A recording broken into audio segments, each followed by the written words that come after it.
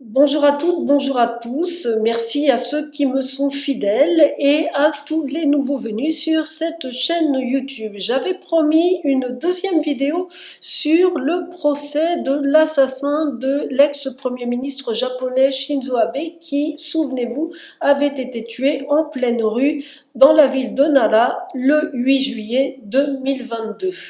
Et le procès de son assassin Tetsuya Yamagami s'est tenu dans la même ville de Nara entre le 28 octobre 2025 et ce 21 janvier 2026. Nous sommes aujourd'hui le 29 janvier 2026. J'ai assisté à toutes les audiences du procès, donc je vais vous en parler une deuxième fois. Cette fois, je vais m'intéresser au fond plus qu'à la forme que j'avais abordée dans la précédente vidéo. Alors, un procès de cette nature, c'est un procès d'assises. Depuis 2009, le Japon s'est doté d'un système qui correspond à nos cours d'assises en France. Donc, pour les crimes les plus graves, eh bien, les cours des tribunaux sont constitués de 3 magistrats professionnels et 6 jurés citoyens. C'était le cas donc pour Tetsuya Yamagami. Et donc, pendant des dizaines et des dizaines d'heures, eh bien, ce jury a dû entendre à la fois les procureurs, les avocats et un ensemble de témoins pour décider du verdict. Dans la salle d'audience, nous étions en tout une trentaine de journalistes, tous japonais sauf moi, pour assister à ce procès. La première audience est une audience extrêmement importante puisque c'est celle au cours de laquelle est lu d'abord l'acte d'accusation. Tetsuya Yamagami est accusé en fait d'un total de 6 délits et crimes et délits. Le premier, le plus important évidemment, c'est l'assassinat de Shinzo Abe, mais il y a aussi la fabrication d'armes à feu, la détention d'armes à feu, la détention d'explosifs ou des essais d'armes à feu dans un lieu non autorisé. Voilà, pour résumer un peu quels sont les autres chefs d'accusation. Je vais m'attarder surtout sur évidemment l'assassinat de Shinzo Abe. Au cours des audiences suivantes, les procureurs ont d'abord déroulé les faits, ce qu'ils avaient pu reconstituer des faits et de ce qui avait précédé les faits. Et ce qui était très important là-dedans, c'est voir d'une part tous les préparatifs qui ont conduit à l'assassinat de Shinzo Abe, comment Tetsuya Yamagami a minutieusement, pendant des mois et des mois, fabriqué plusieurs armes artisanales. Une seule a servi à commettre l'assassinat, mais il en avait fabriqué en tout 7, qui sont des armes qui ont une puissance létale assez exceptionnelle. Donc, voir comment il a préparé son crime et comment il l'a commis. Et donc, ce qui était particulièrement intéressant dans les premières audiences, c'est de voir la scène de crime comme on ne l'avait jamais vu. On n'avait jamais vu dans les médias les images qui ont été présentées au tribunal, en l'occurrence la scène captée par une caméra de surveillance sur le côté. Parce que cette caméra de surveillance sur le côté filmait le moment précis où on voit s'avancer seule la silhouette de Tetsuya Yamagami dans un espace totalement vide derrière Shinzo Abe. Shinzo Abe n'était protégé par rien ni personne au moment où il s'est fait assassiner à moins de 6 mètres par Tetsuya Yamagami qui a tiré directement sur Shinzo Abe et l'a atteint.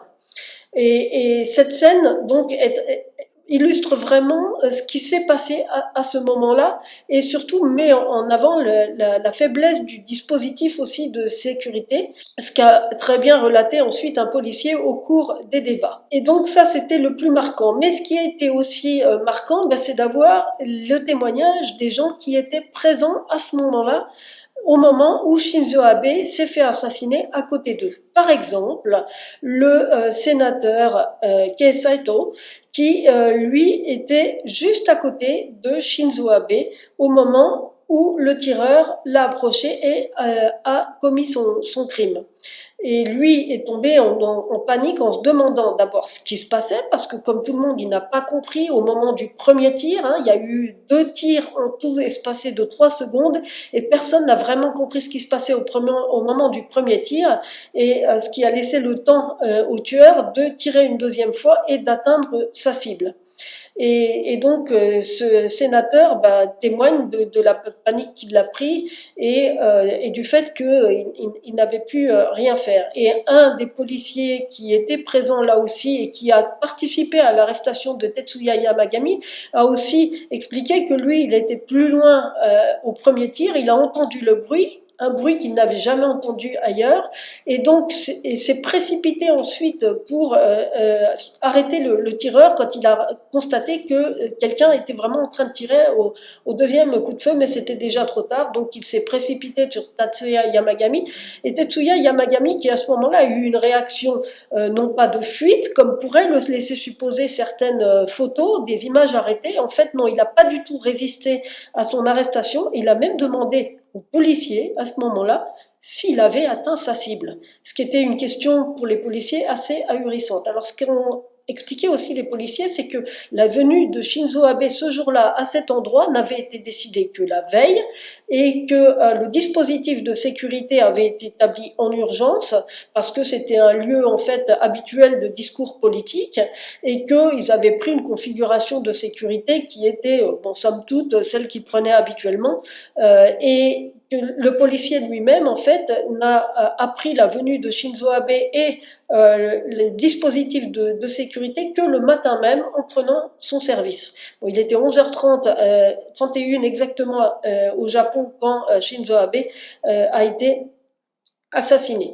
Alors, autre témoignage très important qui sont venus ensuite, les experts qui ont analysé à la fois les tirs, les armes et les balles. Alors pour les tirs, en fait, il faut savoir que l'arme fabriquée par Tetsuya Yamagami était une arme à 2 canons avec des cartouches dans chaque canon, cartouches qui contenaient chacune 6 balles. Tout ça de fabrication artisanale. Et ces armes, les policiers les ont évidemment désossées pour voir comment elles étaient fabriquées. Elles ont d'ailleurs été présentées au tribunal. Hein. L'arme du crime a été présentée au tribunal et donc constaté que ces armes avaient une puissance létale exceptionnelle qui dépasse les armes du commerce, en fait, avec une énergie des 10 fois supérieure aux armes utilisées par les policiers eux-mêmes. Donc, pour vous dire, hein, ont été présentées également des vidéos des tests effectués par Yamagami lui-même, puisqu'il s'est filmé en train de tester les armes qu'il avait fabriquées. Et ces armes, elles sont capables de, à 4 mètres, quand on tire, les balles peuvent traverser 4, voire davantage de plaques de contreplaqué superposées. Voilà. Et ça, la létalité des armes, pour les experts japonais, elle se mesure à la capacité de traverser les 4 plaques de contreplaqué en tirant à partir de 4 mètres. Si les balles traversent, eh bien ça veut dire que la puissance des armes est létale. Et en l'occurrence, donc c'était le cas. Toutes les armes qu'a fabriquées Tetsuya Yamagami étaient des armes de forte puissance létale.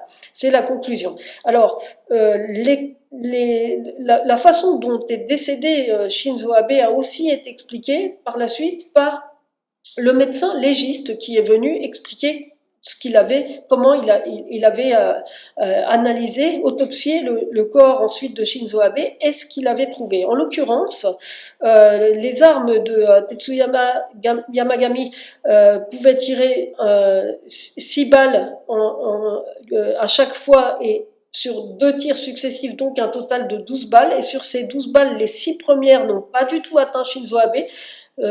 Une au moins est allée se loger à 100 mètres dans le béton d'un immeuble.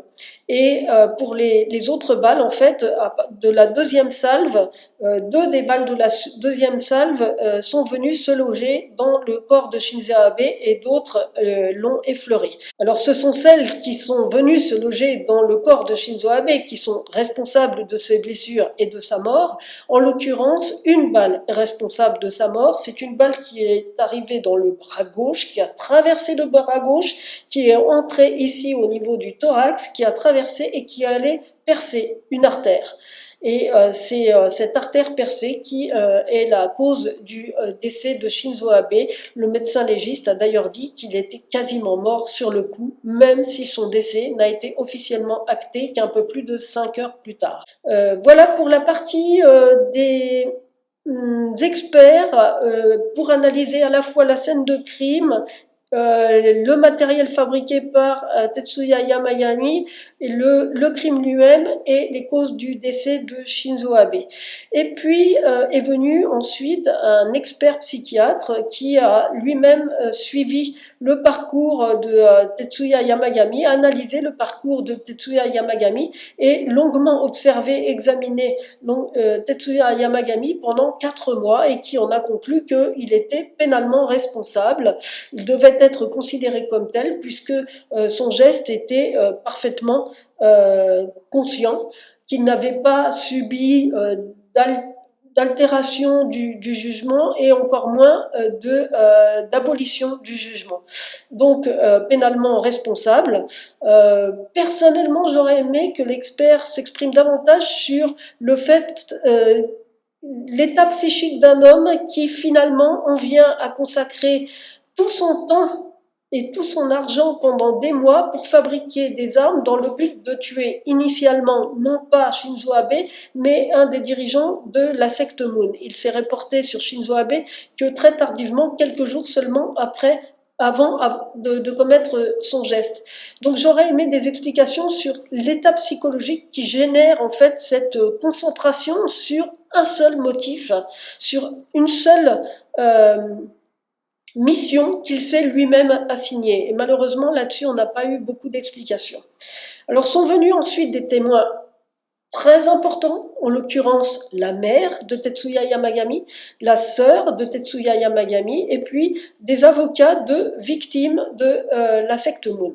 Alors la mère de Tetsuya Yamagami, en fait, eh bien, c'est elle qui finalement a indirectement entraîné toute la rancœur de son fils à l'égard de la secte Moon, puisque sa mère est une fidèle de la secte Moon depuis 1991 et que Tetsuya Yamagami considère que tout son malheur vient de là et tout le malheur de sa famille vient de là, même si avant ça, sa famille avait subi des drames puisque son père s'est suicidé alors que lui-même n'avait que 4 ans, son frère aîné était malade d'une maladie incurable et sa petite sœur était encore dans le ventre de sa mère quand son père s'est suicidé. Donc une famille qui déjà était dans une situation extrêmement difficile, même le père était alcoolique avant ça. Donc, psychologiquement, pour la mère, on peut comprendre qu'elle était dans une détresse. Mais malheureusement, sa détresse,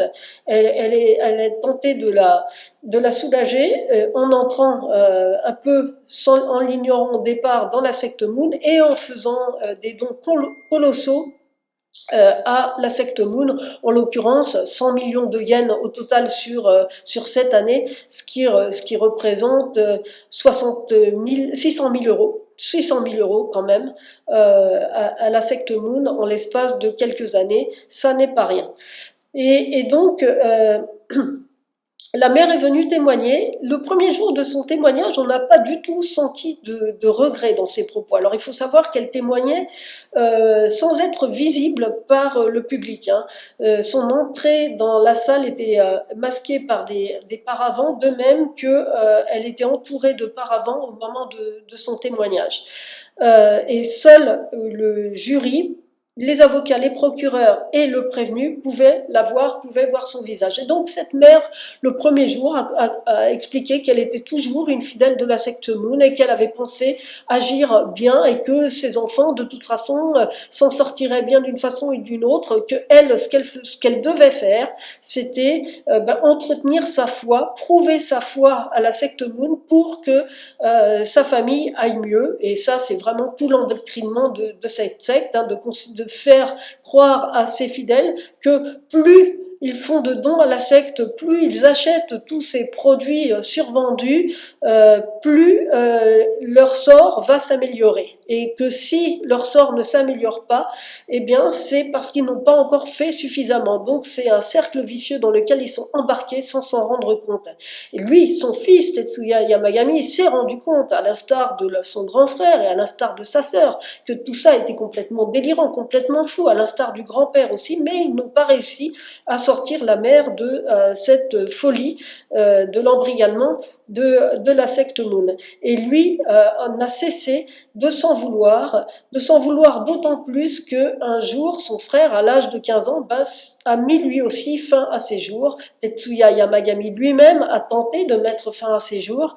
Donc c'est un enchaînement comme ça d'expériences tragiques. Et lui qui a pourtant tenté des tas de choses pour aider sa mère à ouvrir les yeux sur quelle était réellement la situation dans laquelle elle avait plongé toute la famille. Donc le témoignage de la mère qui a quand même fini au deuxième jour par reconnaître qu'elle avait quand même une responsabilité dans ce qui était arrivé, et elle s'est même adressée directement à son fils pour lui dire excuse-moi. Bon, elle s'est fait un petit peu engueuler par le président du jury parce que en tant que témoin, elle n'a pas le droit de s'adresser directement au prévenu.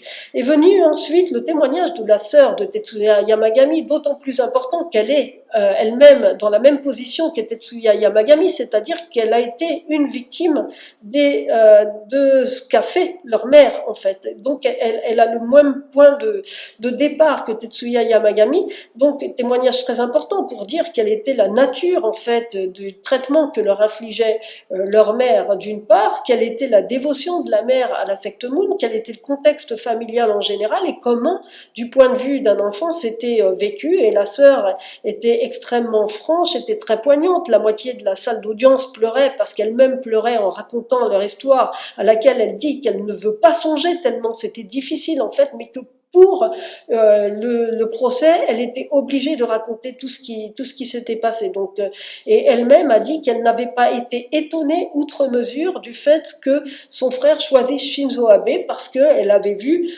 sa mère participer sur demande de la secte à des campagnes électorales, que sur la brochure distribuée par la secte, Shinzo Abe figurait régulièrement, etc. Donc le fait que ça se dirige sur Shinzo Abe n'était pas pour elle une immense surprise. Et ce type de témoignage est apparu aussi dans le récit qu'en a fait un avocat qui défend ce qu'on appelle des Shukyo Nisei, c'est-à-dire des descendants de fidèles de la secte Moon. Et plusieurs lui ont dit, si ça n'avait pas été Yamagami, ça aurait pu être nous. En fait, beaucoup de ces descendants de fidèles de la secte Moon s'en sont un peu reconnus dans Tetsuya Yamagami, et c'est vrai qu'une partie de la population a eu une certaine forme d'empathie pour lui au regard de tous les sévices qu'il avait pu subir depuis son enfance jusqu'à l'âge adulte en raison de la façon dont se comporte cette secte en forçant ses fidèles à faire des dons colossaux.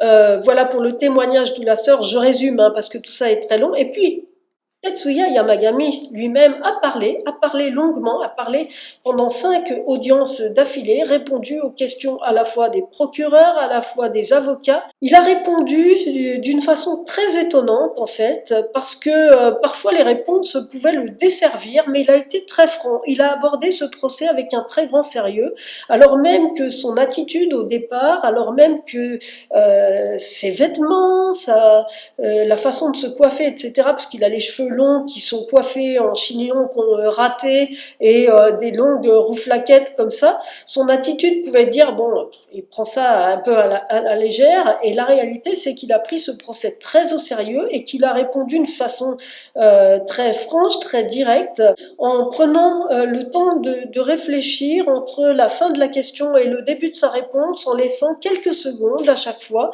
et puis en répondant avec une voix qui moi m'a surprise. Je ne connaissais pas la voix de Tetsuya Yamagami, donc c'est une voix très basse, une voix presque rauque, avec l'intention donc d'être compris par les gens qui l'écoutaient, même si dans son attitude au moment où il ne faisait rien, où il était là juste lui-même à écouter les autres témoins, etc., pouvait laisser supposer qu'il était soit détaché, soit plongé dans une autre réflexion, puisqu'il avait toujours un visage impassible, un regard dirigé vers le bas, vers sa table, et jamais un regard pour l'audience, hein, jamais un regard pour les journalistes ou pour les gens dans le public.